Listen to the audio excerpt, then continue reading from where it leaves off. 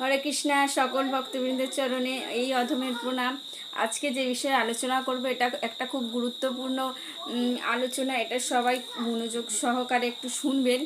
হচ্ছে কি, আমাদের সামনেই এটা আশ্বিন মাস, তো আশ্বিন মাসের পরে আমাদের দামোদর ব্রত অর্থাৎ কার্তিক মাসের একটা ব্রত শুরু হবে। তো কার্তিক মাসের ব্রত পালন আমাদের সবার করার খুবই দরকার আছে, এটা আমাদের কর্তব্য সবার।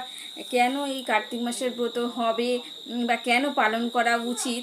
তো আমাদের দেখুন, বছরে আমাদের ভক্তরা যেটা আমরা পালন করি, চাতুর্মাসের ব্রত আমরা পালন করে থাকি। সেই চাতুর্মাস্য ব্রতটা কি হচ্ছে না, ভগবানকে সন্তুষ্ট করার জন্য এই ব্রত আমরা করে থাকি ভক্তেরা। তো প্রথম চাতুর্মাসের ব্রত আমাদের শুরু হয়েছিল প্রথম মাসের, ওটা আশ্বিন শ্রাবণ মাসে শুরু হয়েছিল।